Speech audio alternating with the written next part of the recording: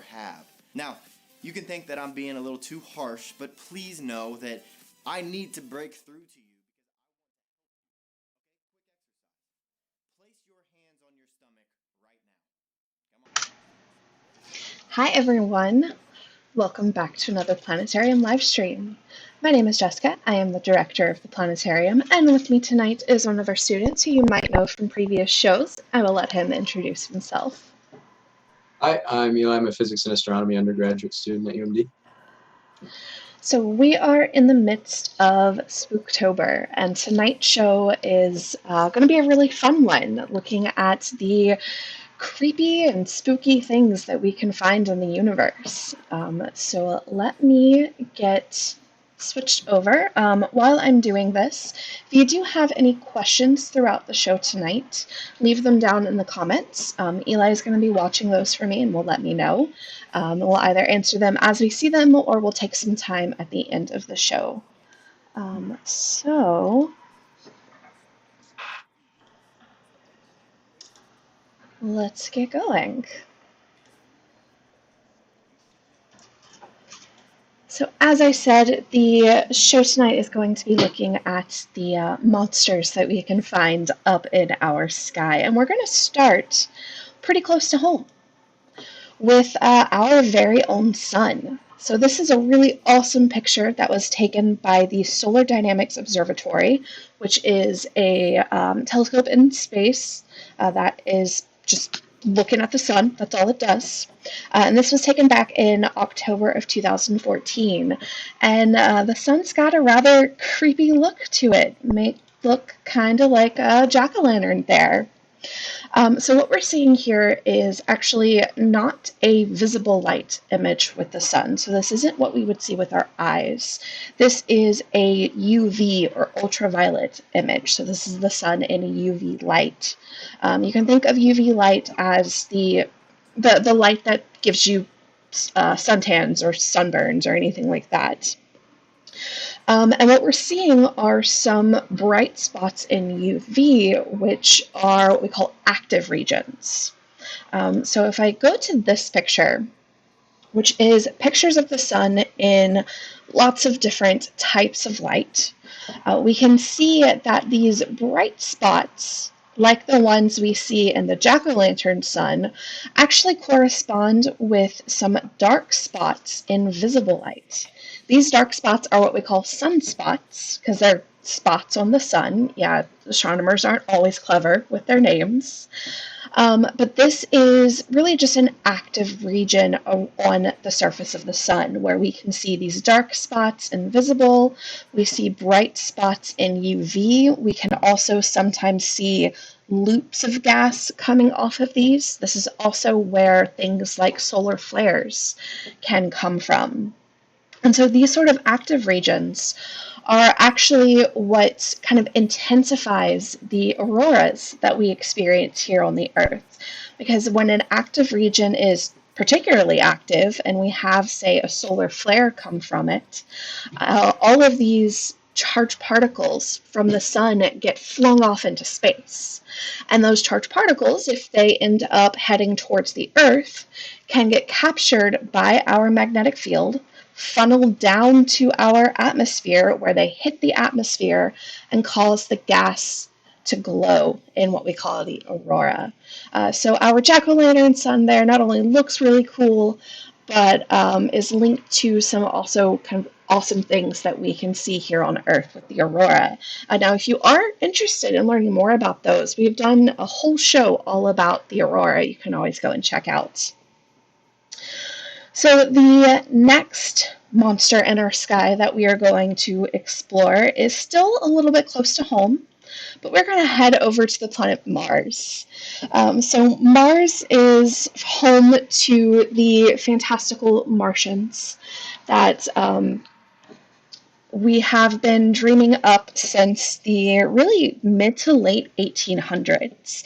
And all of this got started with these kind of interesting markings that were seen all over the surface of Mars. When Giovanni Schiaparelli, who was an Italian astronomer, first saw these markings through his telescope, he wrote them down as canali, which is Italian for channel. However, when his work was translated to English, instead of translating that to channel like it's supposed to be, it was mistranslated to canal. And that may not seem significant, but a channel is a natural feature that is just carved by running water, whereas a canal is a man-made feature.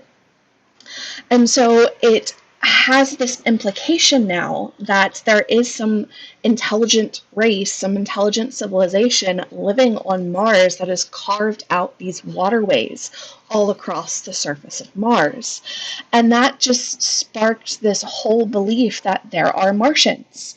And that permeated through not just the scientific world, but also the general public as well, with books and radio shows, it even being written in the paper that this was like the most significant finding of the previous year, proof that there was other life out there, and they were convinced.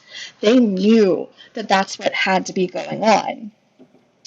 And all of that lasted until about 1965. Sorry, I forgot I actually showed some of these. One of the kind of prominent authors at the time who really delved into this idea of Martians was Edgar Rice Burroughs, who did this whole series about a man who got stranded on Mars, and he's actually the one responsible for popularizing the idea that Martians are little green men. That all comes down to him and his works. But as I was saying, this all kind of lasted up until 1965, when the Mariner 4 spacecraft flew by Mars and gave us our first up-close look at the surface. And it showed us not at all what we had thought. It turns out that the surface of Mars is this kind of barren, dry landscape. There's no canals. There's no signs of life there. Nothing is like we seemed. And it turns out that those markings that early astronomers had seen were just random marks, random features that were either surface features on Mars or effects caused by the poor telescopes that they had. But what happened is our brains are really good at taking random bits of information and connecting them. And so there were all these random marks that the brain looks at and sees and connects them into lines crisscrossing across the surface. So it really was just an optical illusion. And so we thought we had this figured out, that there did not seem to be any life on Mars. And then in 1976, Viking 1 sent back this picture. And what do you know? That is a face. That is a face right there on the surface of Mars. And that started everything back up again. Why is there a face? Is this some alien? Is this some feature that they built? Kind of like we build, the pyramids and the Sphinx. Maybe this is some structure built by ancient Martians. Something going on here. But unfortunately, we are being fooled once again. This time we are being fooled just by shadows.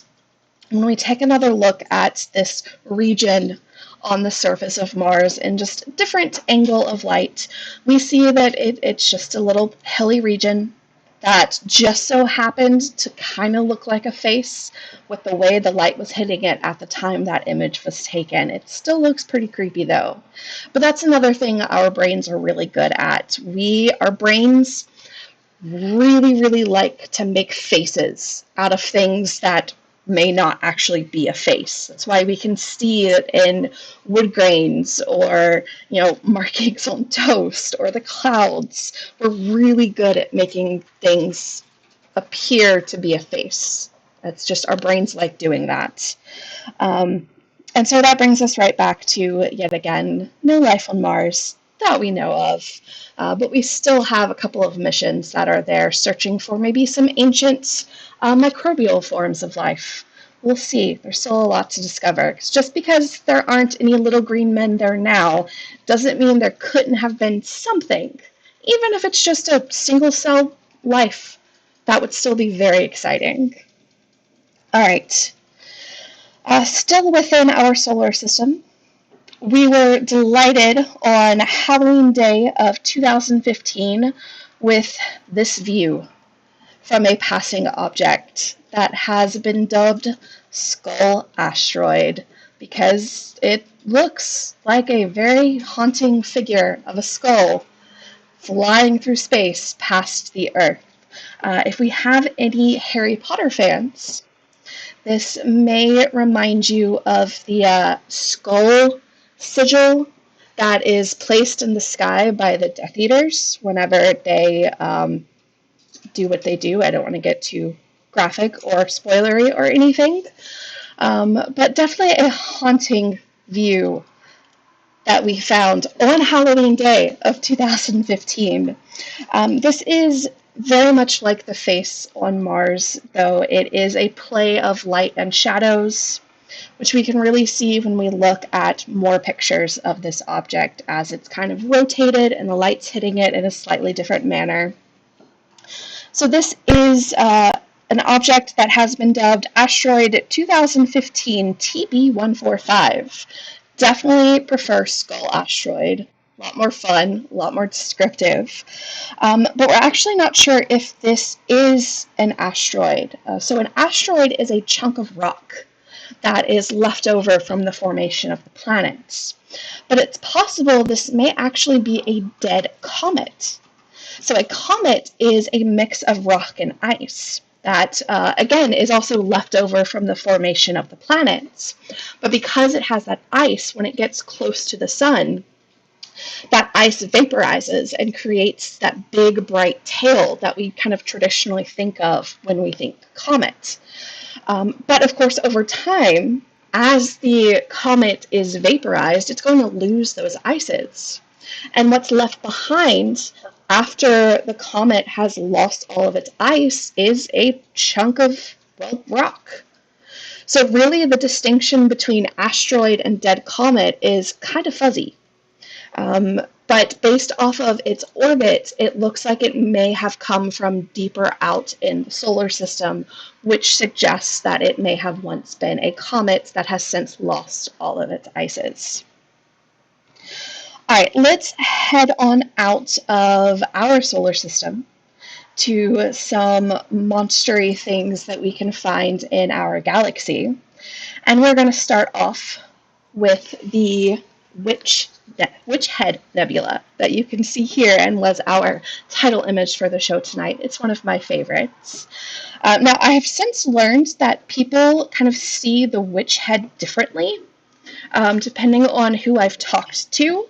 So I want to point out what I see. I'm curious to know if this is what everyone else sees as well. But the way I see it is here is her eye and her big nose. Her mouth is open, and then her pointy chin, and then her hat would be up here.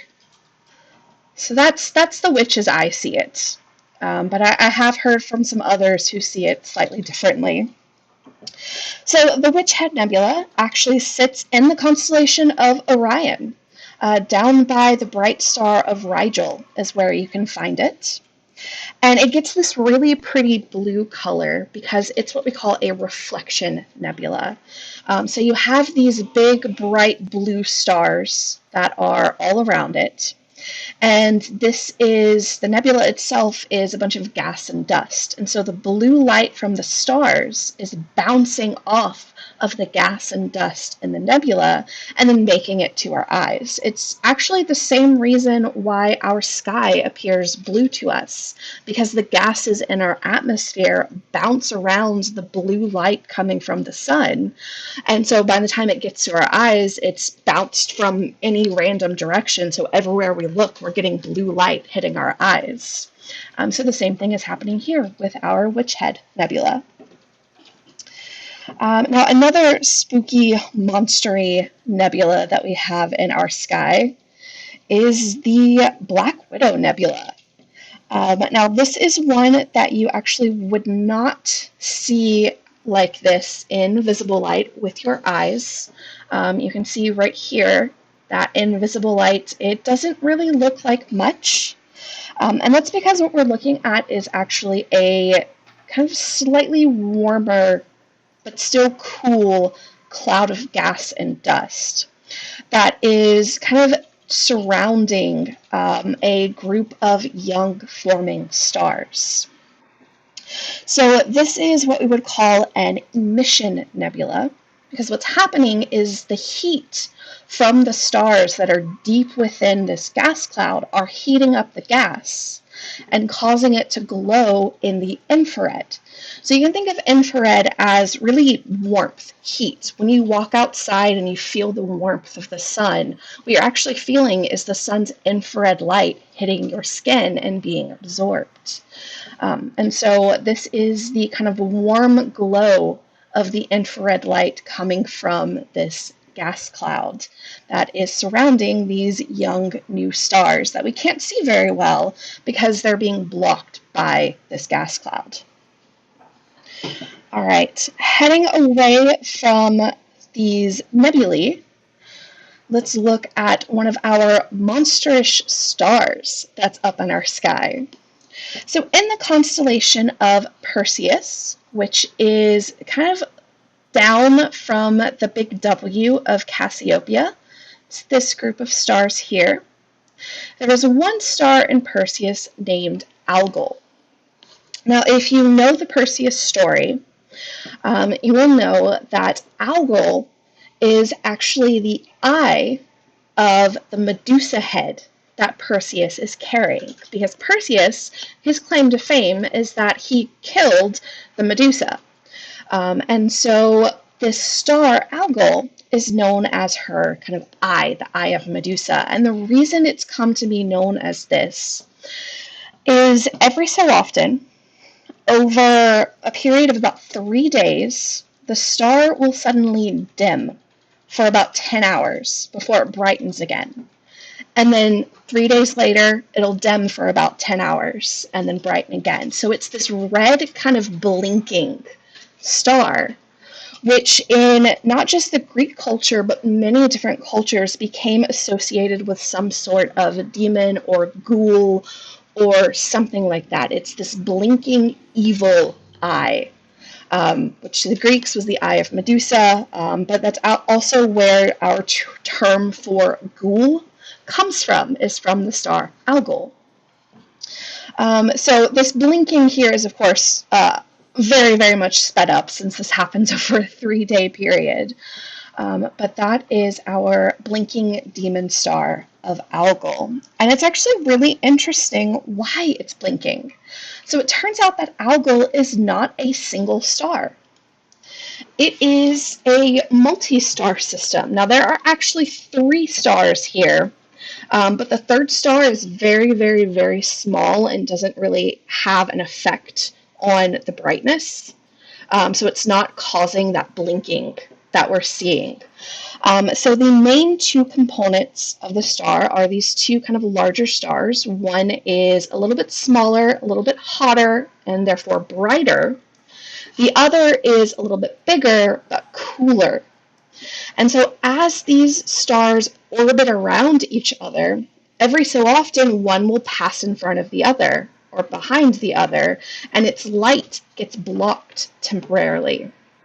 And so what we're seeing as this blinking eye is each time that smaller, brighter star goes behind the bigger, dimmer star, we see the Algol system dim for about 10 hours until it comes back out from behind.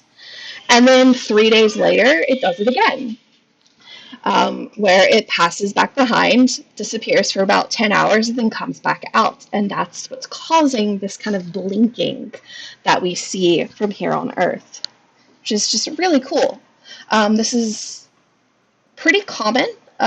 We see this a lot. It's actually one of the ways that we can find binary stars, is to look for ones that kind of vary in brightness over a regular time period. It's also a way that we search for planets is this very similar kind of method. So yeah, that is our demon star. Then we move on to a different type of demon star. Did you know that there are such things as vampire stars? Yeah, there are. Not quite like this. This is not a correct picture. A more accurate picture of a vampire star would look like this. So the idea behind a vampire star is it is a dead remnant star that is feeding off of its companion.